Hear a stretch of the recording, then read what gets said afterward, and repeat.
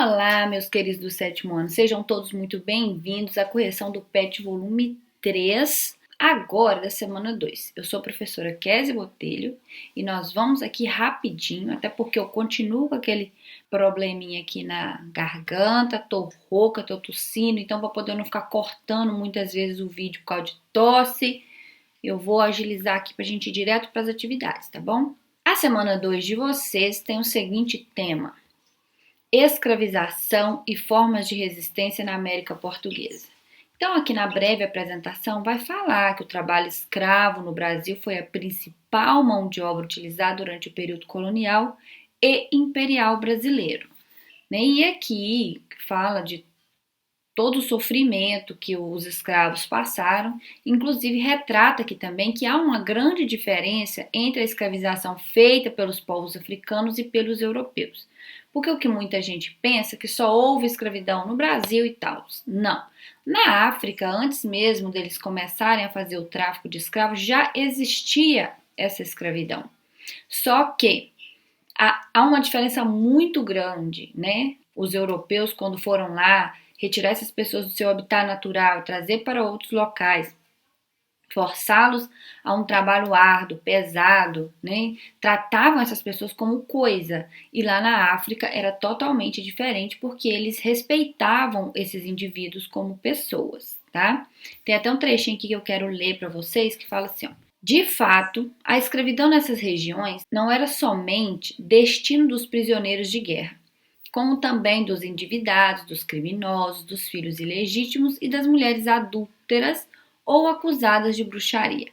Tais cativos, por sua vez, eram integrados ao grupo familiar senhorial, em condições subordinadas e, ao cabo de uma ou de algumas gerações, passavam a condições de livres. Assim, um homem podia ampliar o número de esposas e, consequentemente, de trabalhadoras agrícolas, via compra de escravas. O filho nascido dessa união perdia a condição de cativo e era incorporado à linhagem paterna. Então, gente, lá na África, a escravidão era por dívida, né, alguns criminosos, entre outras coisas que foram citadas aqui no texto.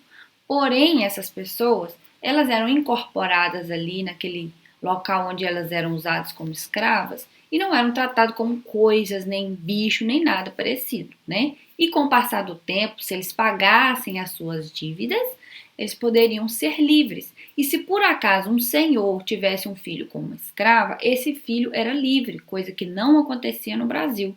Se isso acontecesse, a criança continuava sendo bastardo e escravo. Complicado, né? Pois é, nesse restante do texto aqui fala como é que eles eram capturados, né? Até fala um trecho aqui que eles eram levados aos portos e antes deles serem embarcados, eles faziam um ritual simbólico, né? Onde eles faziam esses escravizados darem a volta em árvores, né? Na árvore lá do esquecimento, para simbolizar, né? Que eles, toda a vida deles que eles tinham antes seriam deixadas para trás, né? E eram trazidos amontoados aí a bordo dos navios negreiros em uma condição péssima, terrível e sofrendo muito durante meses de viagens. E fora que eles desenvolviam então uma doença chamada de banzo, né, que era uma tristeza profunda, era uma espécie de depressão que acabava, né, matando, levando à morte esses escravizados. E aí chegava ao Brasil, vocês já sabem como é que eles passavam aí, né, a vida num trabalho árduo, muito sofrido, e eles também desenvolveram formas de resistência. Aí tem até aqui os quilombos, né, a capoeira, o sincretismo religioso, que eles eram proibidos de praticar os seus cultos. Então, o que eles faziam? Eles mesclaram ali os seus deuses aos santos católicos. Exemplo, vou mostrar aqui para vocês, ó. Eles batizaram seus orixás, deuses da cultura iorubá, com o nome de santos católicos. Assim, quando queriam orar para Ogum, deus guerreiro, rezam para São Jorge. Quando queriam orar para Iaçã, deusa dos ventos e tempestades, rezavam para Santa Bárbara. E foi assim que eles fizeram essa mesclagem, inclusive surgiu aí uma nova religião, a Umbanda.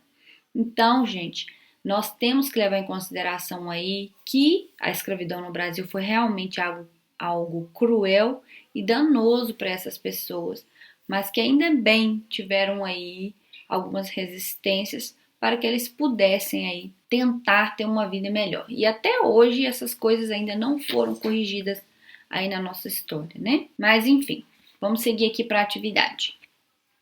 A atividade número 1 diz assim: explique a diferença entre a escravidão da África e a escravidão no Brasil. Então eu coloquei resumidamente o que eu tirei ali do texto. Para as nações europeias, os cativos eram mercadorias e acabavam sendo tratados como uma coisa, enquanto os povos africanos respeitavam os indivíduos como pessoas. Número 2. Cite e exemplifique formas de resistência dos escravizados no Brasil. Aí eu coloquei a forma de resistência e a explicação. Temos os quilombos, que eram as comunidades locais criadas por aqueles que conseguiam escapar dos senhores de escravos. Temos a capoeira, que é uma mistura de dança, luta e jogo, que era praticado pelos escravizados e se inspirava nas práticas africanas.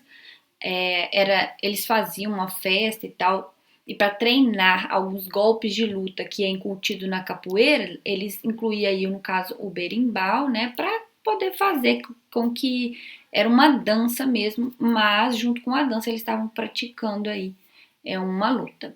Resistência cultural. Eram feitos os sambas de roda, que uniam as pessoas à noite para celebrar e dançar a fim de relaxar do trabalho árduo. E nós temos aí o sincretismo religioso. Para seguir com sua fé, os africanos no Brasil misturaram o candomblé com o catolicismo. Dessa mistura entre as religiões, originou-se uma nova religião, a Umbanda. Deixa eu juntar isso aqui, que eu não sei porque está separadinho. Ok. 3. Explique o que eram os navios negreiros e como os escravizados eram tratados dentro deles. Lá em cima no texto que eu comentei com vocês tem esse trecho aí. Era só você ir lá copiar e colocar na sua resposta. E tá assim: os africanos eram amontoados nos porões sujos, fétidos e escuros dos navios negreiros, chamado também de navios tumbeiros, já que muitos morriam na viagem e ficavam lá acorrentados até chegar ao Brasil. Uma viagem que durava cerca de 2 meses. Essas pessoas eram castigadas, recebiam alimentação mínima e ruim para sobreviverem. Sofriam com doenças causadas pela má higiene e acúmulo de fezes, urina e sangue nos porões. Então é isso, minha gente. Chegamos ao fim aí da semana 2. Eu espero vocês na semana 3. Beijo no coração. Indica esse vídeo pro seu colega, curte, compartilha. Comenta alguma coisa aí também para você me ajudar, né? Fala para mim se foi bom, né? Se tá bom aí as correções. Muito obrigada pelo carinho de todos que de vez em quando aparece aí e deixa um recadinho. Beijo no coração e até a próxima.